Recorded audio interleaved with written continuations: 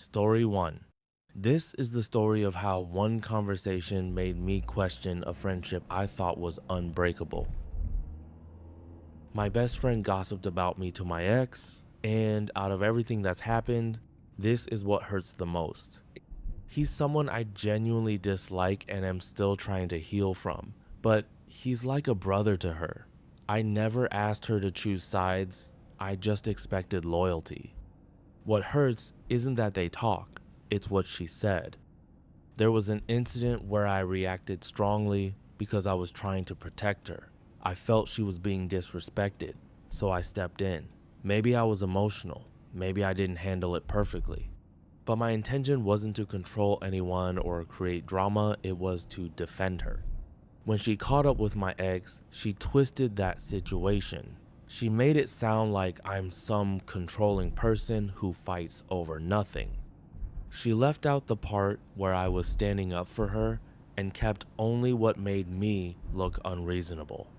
And when my ex spoke badly about me, she didn't defend me, she agreed.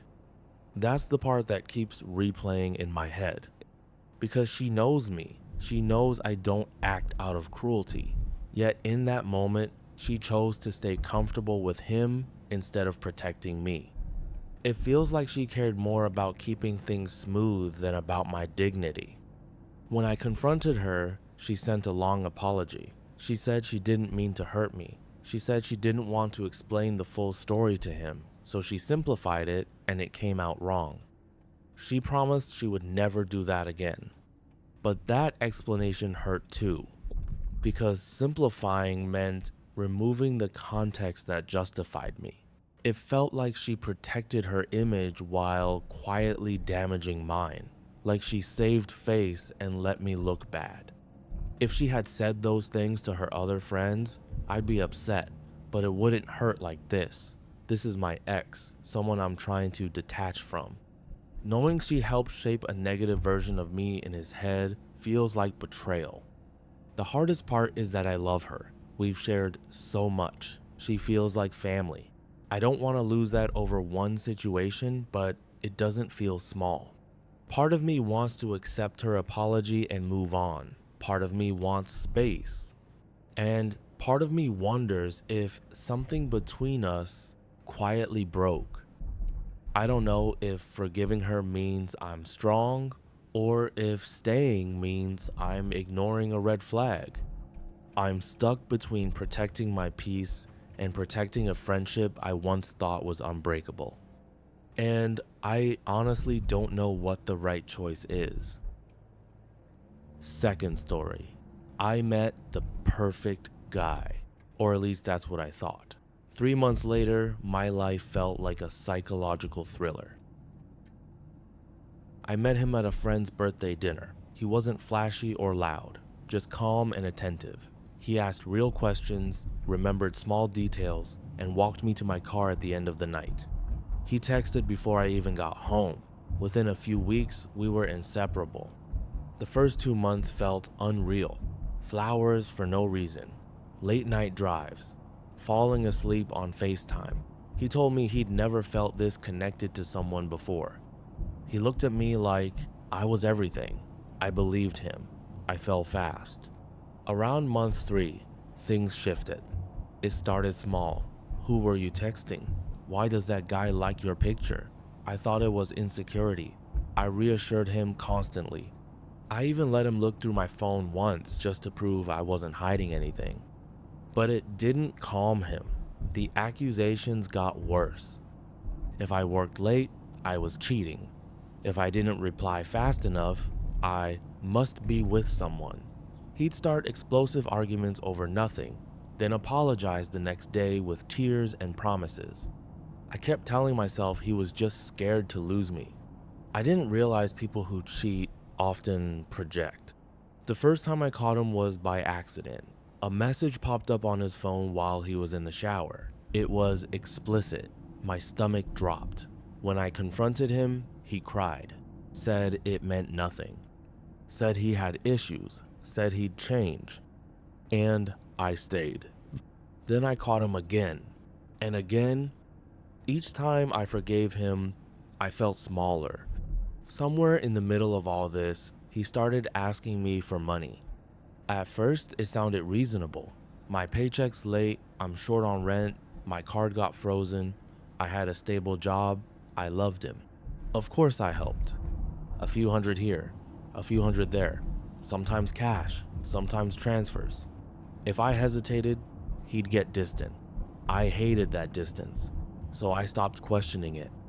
Looking back, I don't even know how much I gave him. Then came the week everything cracked open. Two women showed up at our house while he was out.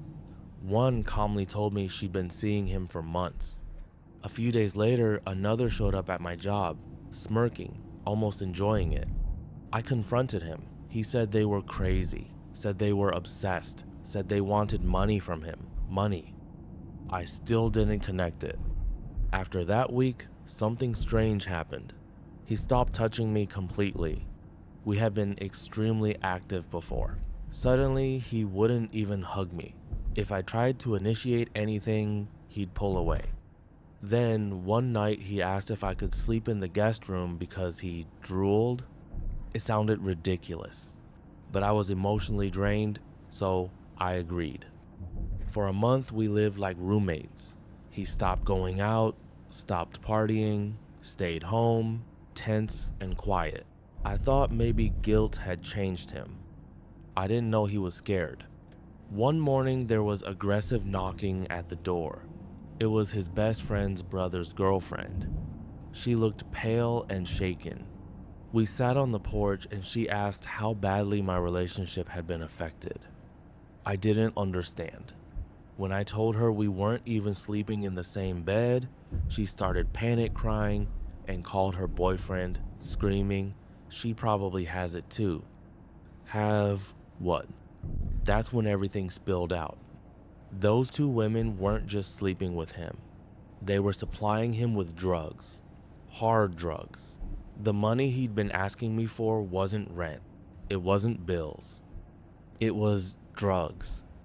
One night turned into sharing needles. Him, his best friend, the brother, the girlfriend, the two women, drugs, sex, chaos. And they all contracted hepatitis. The women had been showing up because he owed them money and because they were trying to tell him. Suddenly, the distance made sense. The guest room, the refusal to touch me. He thought he might be infected. I felt sick. I grabbed my keys and left. I got tested for everything. Waiting for the results was torture. I replayed every transfer, every time I defended him, every time he made me feel crazy for questioning him. By pure luck, I had been vaccinated for Hep B because of a previous job. My results came back clean.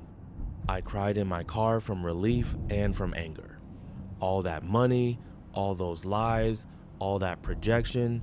He wasn't accusing me because he was insecure.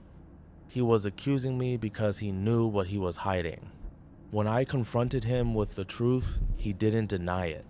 He just looked small, cornered, out of excuses. I packed my things quietly and left that week. No screaming, no dramatic exit. His world collapsed without my help. Friendships ended. Word spread. The same guy who once thought he was untouchable suddenly couldn't keep anyone around him. The girls disappeared. The parties stopped.